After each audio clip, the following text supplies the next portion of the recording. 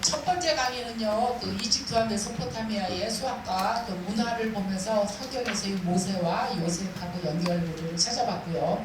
두 번째 강의에서는 그리스에서 그때 대표적인 수학이 기하학이 유클리드 기하학에 대해서 설명 좀 해드렸고, 그 기하학의 정신이 그리스의 문화를 지배했다는 것을 여러 미술 작품들을 통해서 봤고요. 그러면서 사도 바울 시대의 성경 말씀하고 연결을 해봤어요. 오늘은 세 번째 강의가 되겠고요. 중세 유럽은 우리가 기독교적인 정신으로 이제 오랫동안 지배되었는데 어떻게 기독교 정신이 문화 속에서 표현되었는가? 한마디로 말하면은 유클리드 기하학이 사라진 중세에는 그 그림이 굉장히 평면적으로 되고, 이제 르네상스로 넘어가면은 새로운 그 기하학이 만들어지면서 화가들에 의한 사형 기하학이 만들어지면서 그림이 아주 풍부하고 사실적이고 매력 있는 재밌는 그림으로 변해요. 그래서 중세 그림이 그게 평면적이고 무미건조한 것이 기하학의 정신이 사라지기 때문에 그렇다는 거 보시면 되겠어요. 예수 그리스도께서 이제 정확하게는 BC, 그러니까 AD 한 4년경에, BC 4년경에 예수님이 출생하신 걸로 추측을 하죠. 그래서 이제 예수 그리스도의 십자가 사건 이후에 카타콤이라고 하는 곳에서 처음에는 초기에 오늘 오순절에 대해서 목사님이 설교를 하셨지만, 오순절 역사가 일어난 후에 막 그 사도 바울에 의해서 지중해 연안에 기독교가 많이 전파됐었고요. 그 다음에 로마에서 이제 박해가 시작이 되었죠. 박해되었을 때 카타콤이라고 하는 특별한 장소가 생기죠.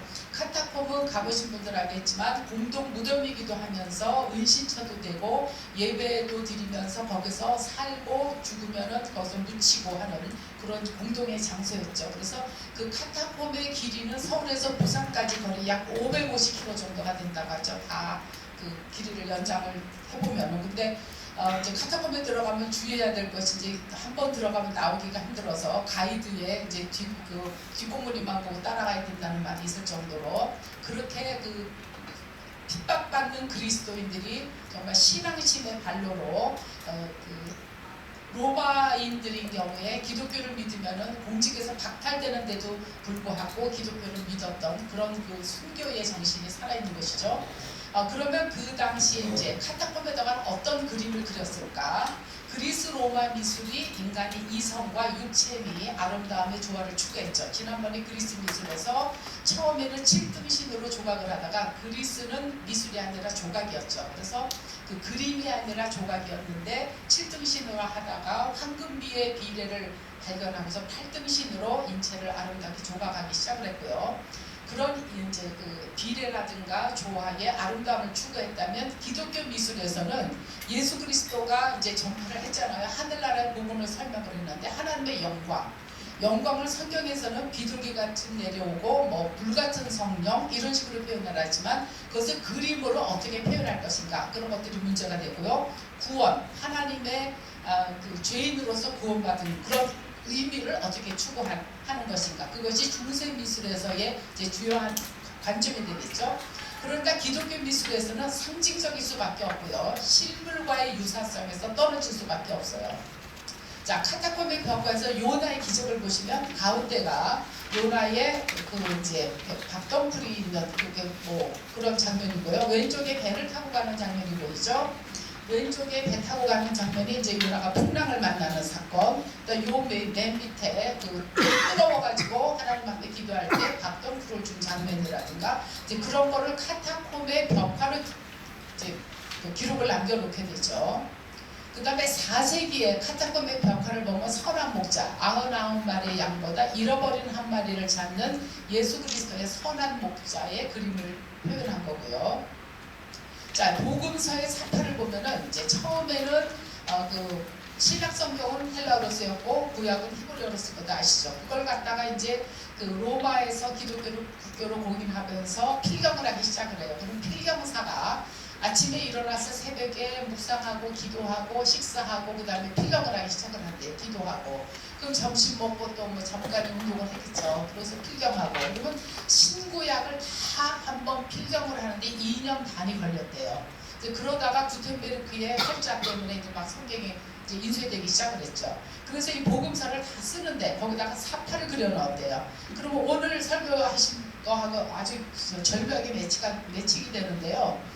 예수님께서 이제 그 베드로의 발을 씻어주는 장면이에요. 근데 아까 목사님 설교하셨듯이 마가의 다락방이랑 그 근처라고 그랬잖아요. 그 장소라고 생각을 하셨는데 그렇게 말씀하셨는데 저 집이 뭐같이 보여요? 그러니까 상징적이기 때문에 하늘나라 천국을 뭐 하는 건지 예루살렘 성인지 같은 거는 각자에게 맡겨놓는 것이고, 그런 그 이제 천국에 대한 거라든가 그 천당 또 그 마가의 집을 그렸는지도 모르겠고요. 그러면서 이 그림에서 중세 그림의 특징이 뭐냐면 예수님은 가장 크게 베드로를 그다음에 크게 이제 삼부 세 명의 제자 요한, 야고보는 이제 그 다음에 작게 그리고 옆에 있는 제자들은 조그맣게 그리죠. 그래서 그 중요도에 따라서 그림을 크고 작게 그리는 그런 중세 그림. 그리고 저 집도 보면은 좀 평면적인, 입체적인 아닌 하늘에 붕 뜬 것 같이 기둥이 높고 이제 그런 식으로 중세 그림이 이제 표현이 되고요. 그 다음에 이제 수빈나 성사의 사파에서 보면은 그림에서 보듯이 아브라함이 많은 자손들을 배 안에다가 안고 있어요. 그래서 아브라함에게 하나님이 약속하신 게 하늘의 물결과 같이 땅에 모래알과 같이 후손을 창대케 하리라고 하는 성경 말씀을 기록하기 위해서 이제 이런 식으로 하니까 상징적으로 표시하다가 보니까 실물과의 유사성이 멀어지는 거죠. 중세 그림들이.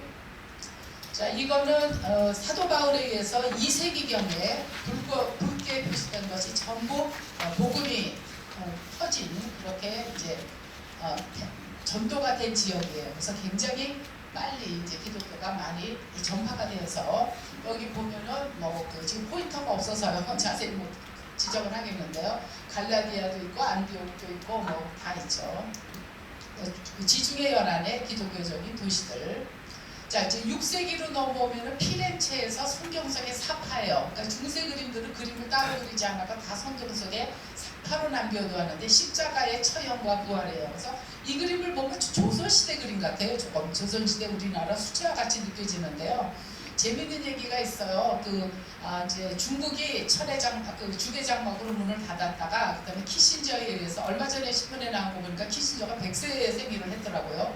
그 사람에서 중공에 그 문이 열리기 시작을 해가지고 기독교 남장로교회에서 농기구를 처음에 팔면서 미국에서 생각하기는 이제 그 물건을 팔면서 복음이 들어가기를 원했대요. 그래서 이제 중국한테다가 요구를 하니까 중국에서는 뭐 니네가 그래 봐야 우리 기독교 얼마나 퍼지겠는가 그러면서 허락을 했대요.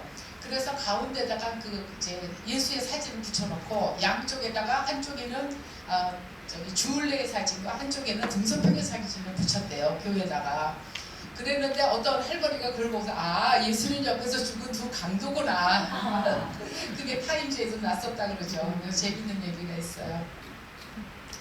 이게 6세기 그림이거든요. 그런데 10세기로 넘어오면 400년이 지나니까 그림이 없대요. 이거는 예수가 부활한 빈 무덤이에요. 그러니까 빈 무덤인데 앞에 있는 두 사람은 누구처럼 보여요?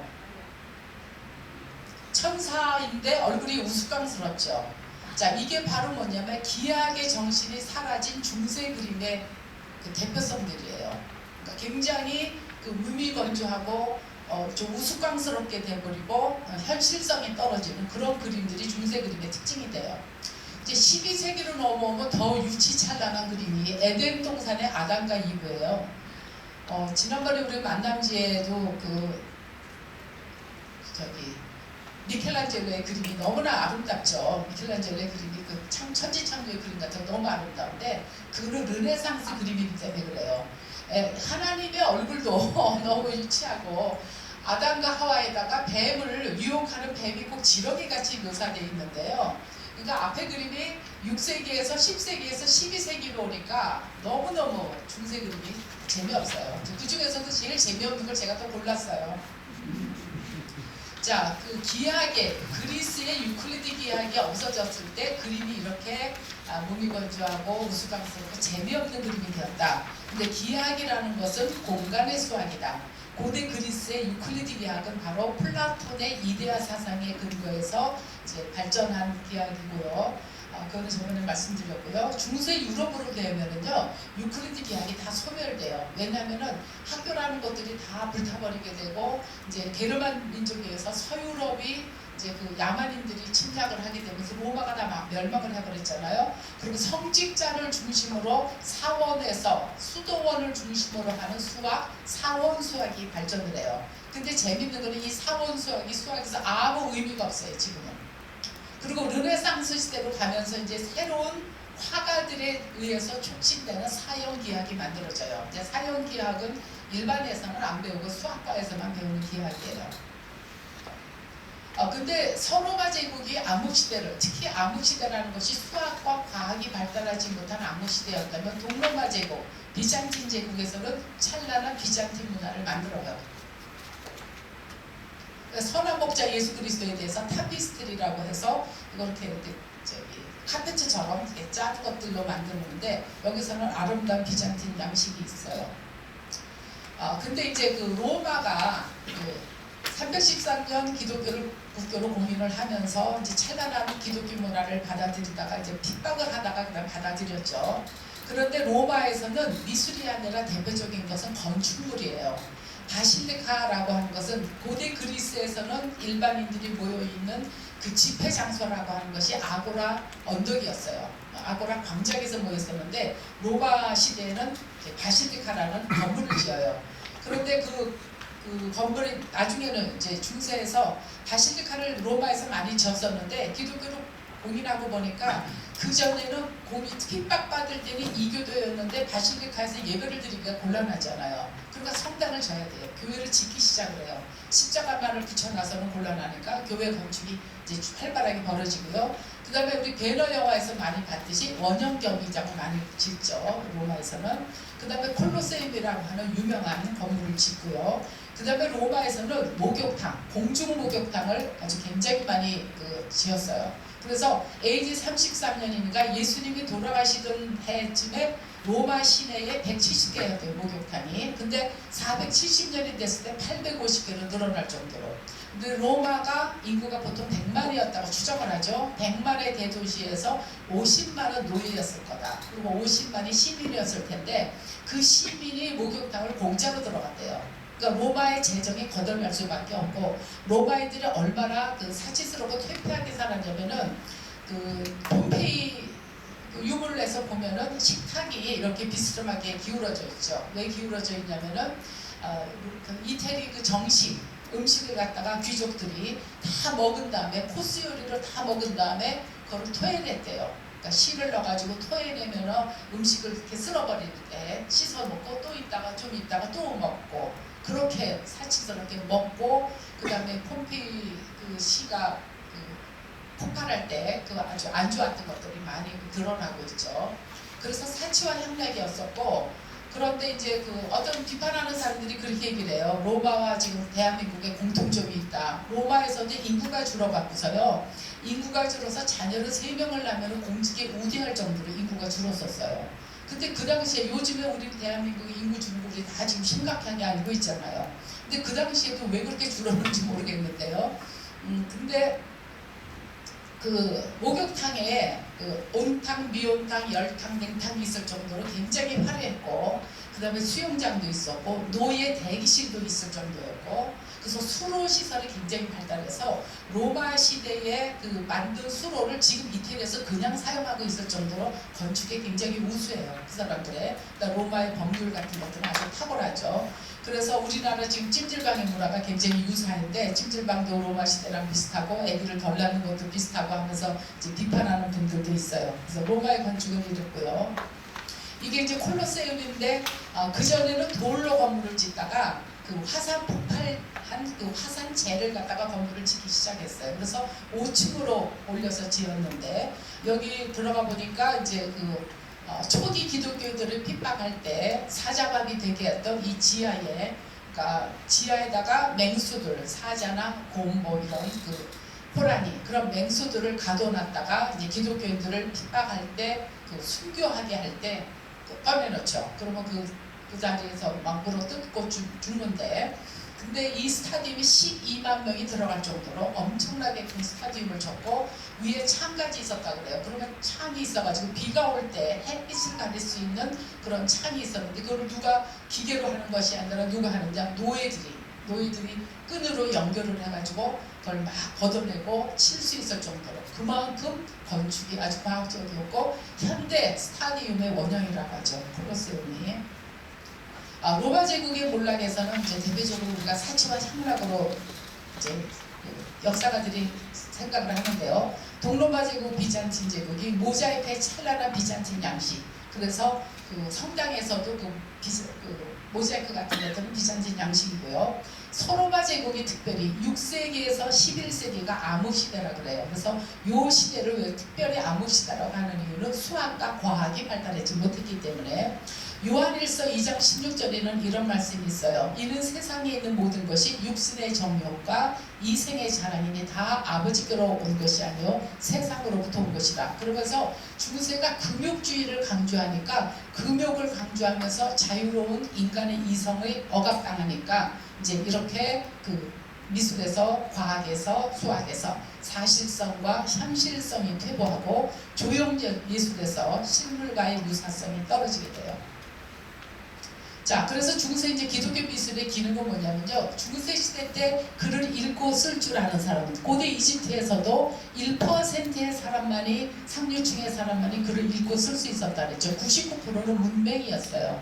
근데 로마 시대도 마찬가지로 귀족들하고 성직자들만 라틴어를 읽고 쓸 수 있었지 보통 사람들은 성경을 읽을 수가 없어요. 그래서 성경을 못 읽으니까 일요일날 성당에 가서 교회 갔을 때 거기 있는 그림을 보고 조각을 보고 그것을 깨우쳐라. 그걸 알레고리라고 하죠. 그래서 그러면은 그런 그 조각이나 그런데 뭐를 넣어야 되느냐면 예수의 행적이라든가 선지자들의 그림이나 선지자들의 그 조각을 갖다가 넣어야 되죠. 그래서 성서의 내용이나 신앙에 대한 신념을 시각화해서 전달하는 것이 중세 미술에서는 특별하게 그 중요한 이슈였어요.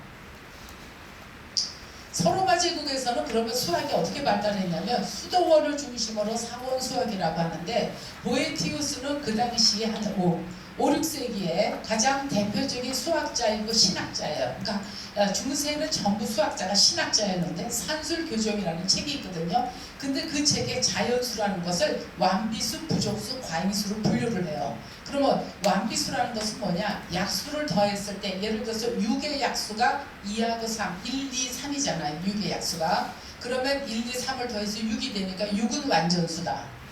그 다음에 8이라고 하는 것은 약수가 1, 2, 4. 8. 그러면 그걸 1, 2, 4를 더했을 때 8하고 같지 않으니까 작으니까 부족수다. 이런 식으로 분류를 했어요. 그러면 그 수학에서 아무 의미가 없어요, 지금은. 그럼 왜 3으로 분류했을 것 같아요? 지금 짝수도 짝수적 짝수, 짝수적 홀수, 홀수적 짝수 이렇게 분류를 했거든요.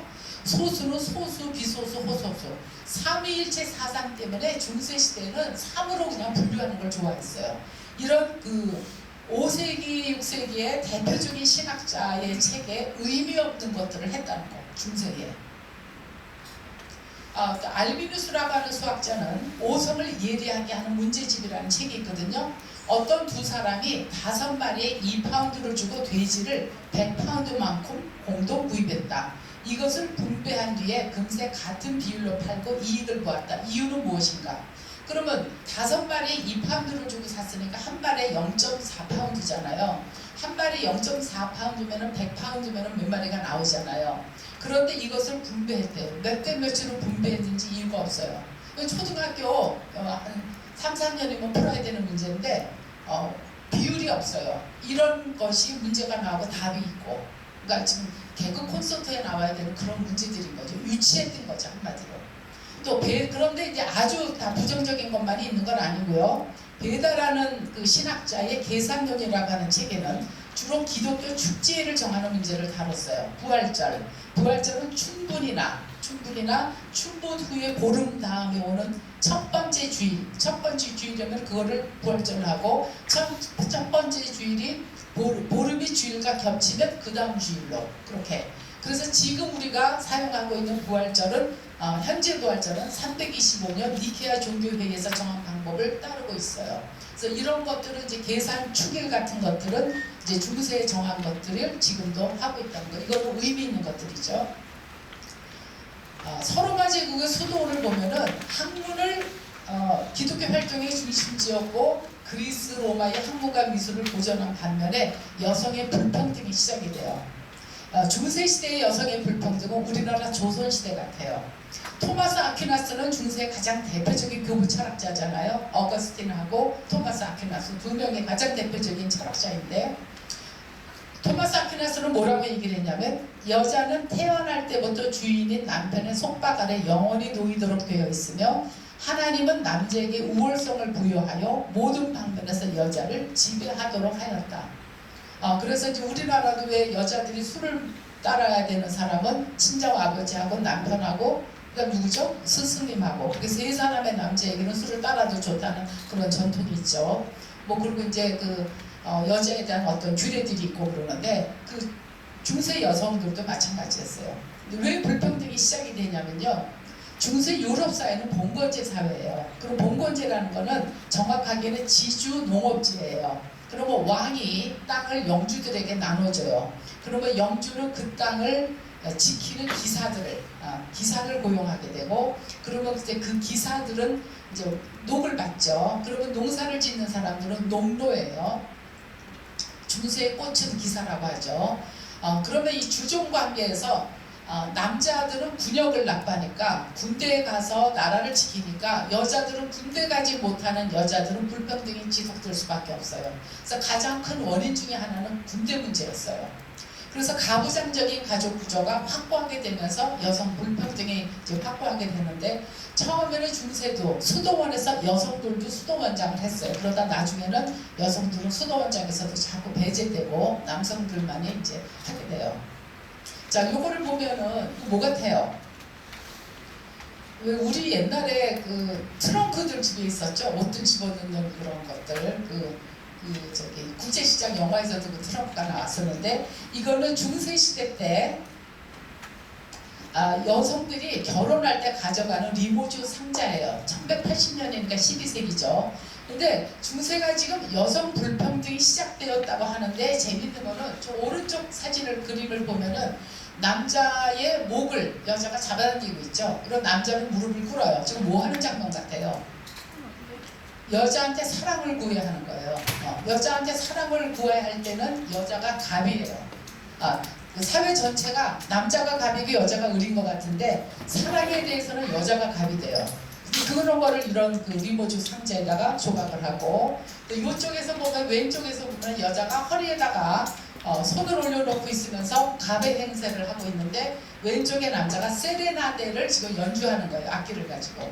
그래서 사랑의, 여성과 남성의 사랑의 장면에서는 완전히 그 불평등이 거꾸로 됐다는 걸 알 수 있어요. 자, 이거는 뭐 같아요? 12세기 말에 토지 거래를 할 때 사용되는 인장이에요. 그러니까 귀족들이 중세시대 때 전쟁이 많이 나니까 귀족 아버지들이 딸을 시집 보낼 때 땅을 준대요. 그러면 땅을 가져갈 때 땅이 여성의 것이 아니라 남편의 것이 돼요. 결혼을 하면 남편에게 넘어가고, 남편이 죽으면 아들에게 가고. 그러니까 조선시대 같다니까요. 그런데 토지 거래할 때 쓰는데, 여기서도 그림에서 보면은 무릎 꿇은 사람은 기사예요. 옆에 말이 있죠. 말이 있는 거 보면 기사고, 그 다음에 앞에 서 있는 사람은 귀부인이에요. 그래서 그 귀부인이 사용할 수 있는 도장에도 그렇게 남자와 여자의 갑과 을의 관계가 반대로 되고, 그리고 또 그 중세시대의 기사에게 요구하는 것은 뭐냐면 귀부인에게 충성을 하는 것이었어요. 그 영지를 지키고, 영주와 영주의 부인, 귀족 부인들을 지키는 게 기사는 그 임명이었어요. 사명이었어요. 자, 이거는 귀족 부인들, 여성들이 사용하는 지갑.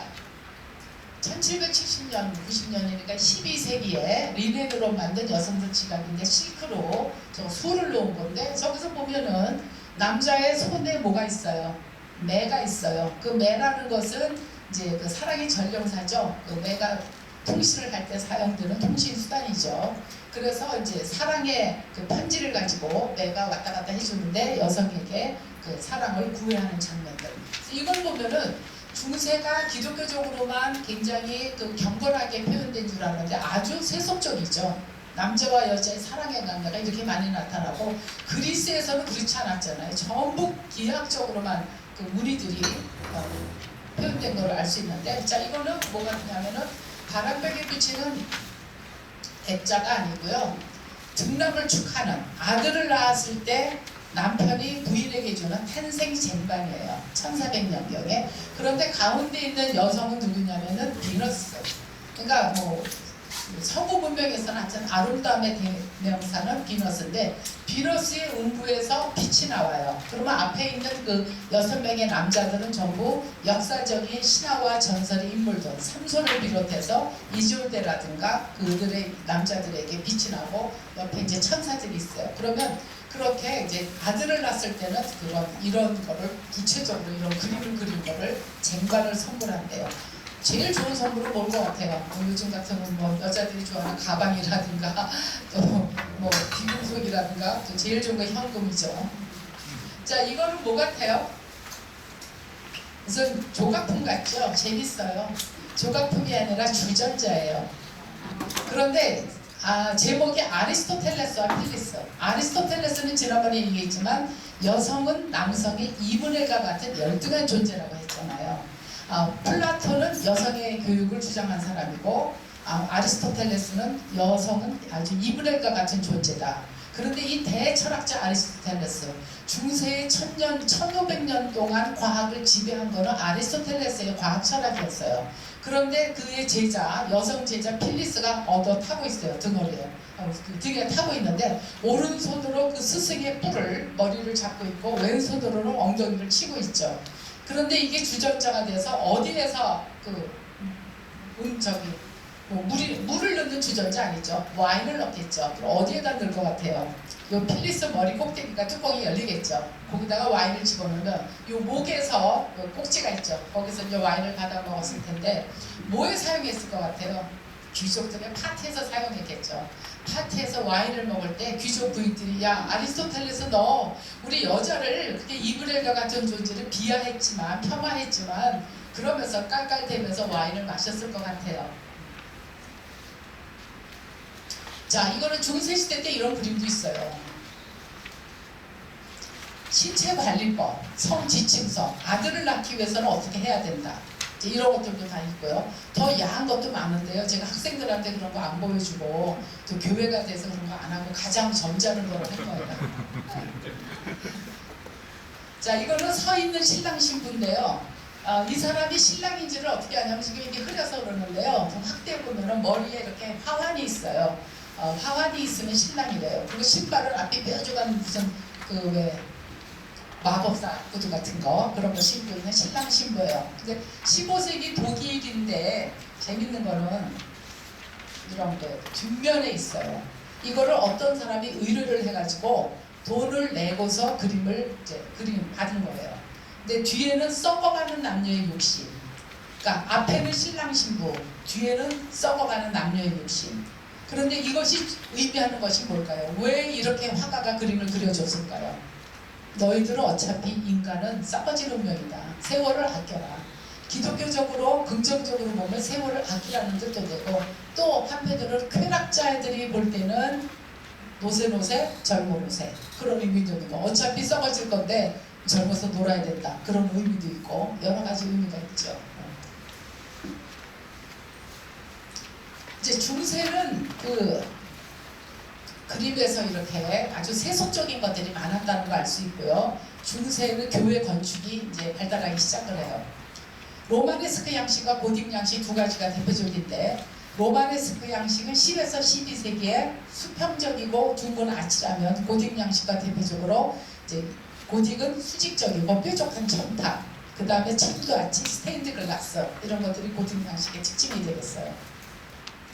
이제 로마네스크 양식의 대표적인 것이 슈파이어 대성당인데 별로 높지 않죠. 창문이 작고 천장들이 높지 않고 그 다음에 그 안에 이렇게 둥근 아치로 되어 있는 것들이 로마네스크 양식이고요. 그 다음에 고딕 양식의 대표적인 성당은 사르트르 대성당, 첨탑을 하늘을 향하는 기도하는 손이라고 그러죠. 그래서 누가 더 높이 건축가들에게 경쟁을 시키면서 누가 더 높이 짓는가를 막 연구하면서 하늘을 향해서 기도하면서 우리나라에서는 육삼빌딩이 그 기도하는 손을 형상화한 거죠. 그러고서 이제 그 신동아 건설에서 우리가 돈을 벌었는데 좀 국위 선양을 할 수 있는 건물이 무엇일까? 그래서 그 부인이 이제 기도하면서 이렇게 빌딩을 짓기로 기도하는 손으로 형상화한 거고요. 대표적인 노트르담 대성당, 이것도 이제 고딕 양식인데 저기 1900 몇 년 전에 지금 불났죠. 그래서 노트르담 대성당이 출입이 금지되어 있는데 그 노틀담의 꼽추라고 하는 애니메이션에서 보면은 이 대성당은 너무나 정교하게 정말 묘사를 잘해가지고 정말 너무 훌륭한 작품이더라고요. 근데 고딕 양식의 대표적인 것은 이런 스테인드 글라스. 우리 교회도 부분적으로 스테인드 글라스가 있는 것은 바로 고딕 양식의 그 특징을 하나 차용하는 거죠. 근데 장미의 창이 가장 아름다운 창인데 여기는 전부 무슨 그림이냐? 예수의 행적이라든가 선지자들에 대한 거, 그런 그 기독교적인 것을 다 표현한 거죠. 그러면 왜 그렇게 교회에서 이 스테인드 글라스를 썼을까요? 빛이 하늘의 은은한 천상의 빛을 표현하기 위해서 직사광선이 들어오지 않게 하기 위해서 했고요. 그 다음에 이제 그 아까 했던 로마네스크 양식에서도 창문에 많은 빛이 들어오지 않게 하려고 창문을 작게 한 거죠.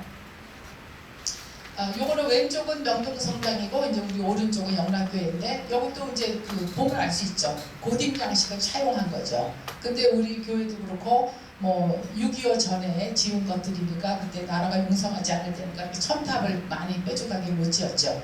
근데 최근에 지은 그 가톨릭 성당들을 보면은 로마네스크 양식으로 아주 정교하게 졌더라고요. 사진을 제가 찍어서 넣으려고 그러다가요. 비가 오는 바람에 못 넣었어요.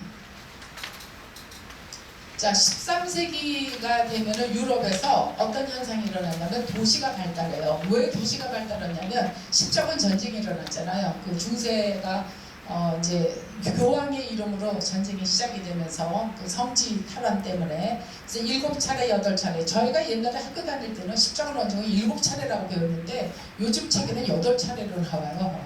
그런데 이제 그 십자군 전쟁을 하면서 모였다 해치고 하는 자리들이 도시가 발생을 하죠. 그리고 상업이 발달하면서 금융업이 발달하게 되고요. 이제 돈이 많아지니까 대성당 건축이 절정을 이루어요. 근데 이제 13세기 특이한 것 중에 하나는 로저 베이컨 같은 사람이 수학자이고 성직자인데 하나님은 유클리드 기하학의 원리로 천지를 창조했다. 그리고 주장하기 시작을 해요. 그러면서 원근법을 도입을 하자. 왜 원근법을 도입해야 되느냐?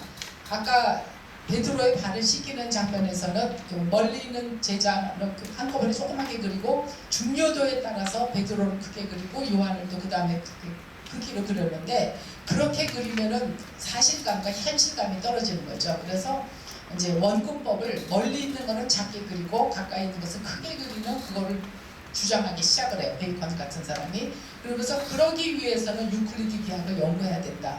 그러니까 우리가 잘 아는 지도서로 유명한 갈릴레오 갈릴레이.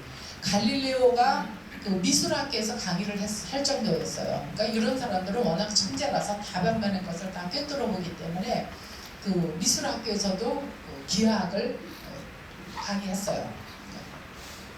이제 14세기가 되니까 하가 두체오와 지오토 같은 사람이 원근법을 최초로 도입하기 시작을 해요. 그래서 그러면서 도입을 하면서 유클리드 기하학을 화가들이 연구하기 시작을 해요. 그러면서 수학자인 이제 그 프랑스의 성직자인 니콜 오렘이라고 하는 사람이 무한을 수학의 대상으로 받아들이기 시작을 해요. 그전에는 무한은 수학의 대상이 아니었어요. 유한이었어요. 근데 이때 누가 기여를 하냐면 유대인들이 기여를 해요. 중세 시대 때 유대인들이 그 무한에 대한 거를 많이 연구를 하면서 무한을 연구를 발전시켰는데 그거까지 얘기하기는 좀 너무 어렵고요. 오늘 목사님 설교하고 아주 매칭이 되는 최후의 만찬이 이루어진 마가의 다락방. 최후의 만찬에 예수님을 포함해서 12명의 제자니까 13명이 들어가잖아요. 13명의 그 손님을 초대해가지고 식사를 할 수 있는 집이면은 가난한 집도 절대 아니에요. 유력한 집 아니에요. 그래서 다락방이라는 말이 저는 좀 안 맞는다고 생각해요. 그러니까 마가의 다락방이 아니라 마가의 홀이라 그래야 될 것 같아요. 아까 이제 120명의 사람들이 거기 모여 기도하면서 성령 강림이 일어났잖아요. 그러니까 굉장히 부유한 집이에요. 다음 시간에 보게 되는 르네상스 그림을 보면은 마가의 다락방 아주 호화롭게 표현해요. 화가들이. 그래야 될 것 같아요. 그런데 두치오가 이제 중세 그림에서 벗어나기 시작을 해요. 여기 이제 이 그림의 특징은 뭐예요? 예수님이 있고 제자들의 머리에 전부 그 황금빛 저기 머리에 뭐 빛이 있고요.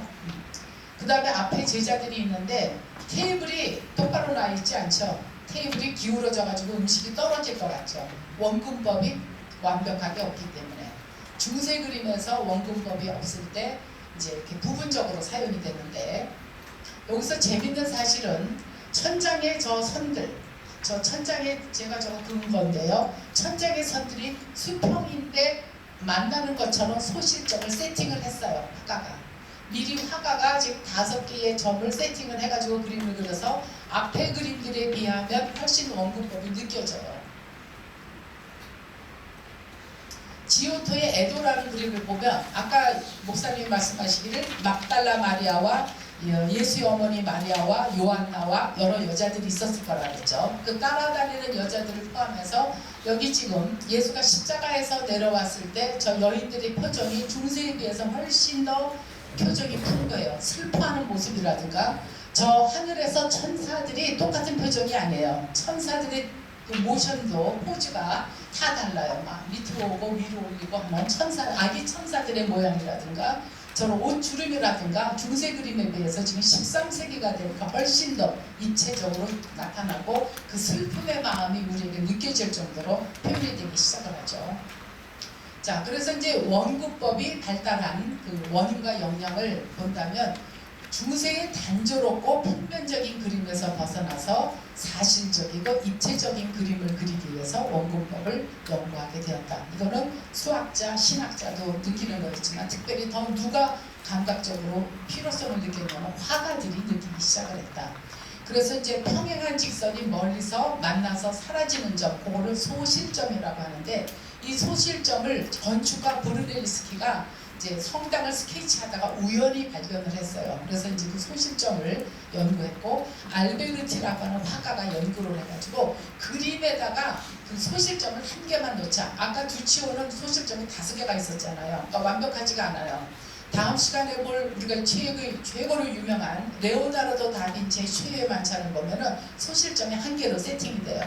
그러니까 5개에서 2개에서 1개로 시대적으로 변하는 걸 알 수 있어요. 그래서 한 점을 가지고 해야 가장 완벽한 그 한점 투시화법으로 이제 그림을 그려서 보는 사람에게 입체감을, 사실감과 그런 풍부함을 느낄 수 있게 되는 거죠. 그래서 균질한 공간 안에, 공간이 이렇게 들쑥날쑥하는 것이 아니라 아까 그 베드로의 발을 씻는 장면에서 보면은 지붕이 붕 하늘에 떠 있는 것 같잖아요. 그러니까 균질한 공간 같은 느낌이 안 드는데, 그런 균질한 공간 안에 수학적인 비례에 맞는 투시화법에 대한 화가들이 아주 부단하게 노력을 해가지고 사형기하기라고 하는 퍼스펙티브 지오메트리라는 것을 발달시키게 돼요.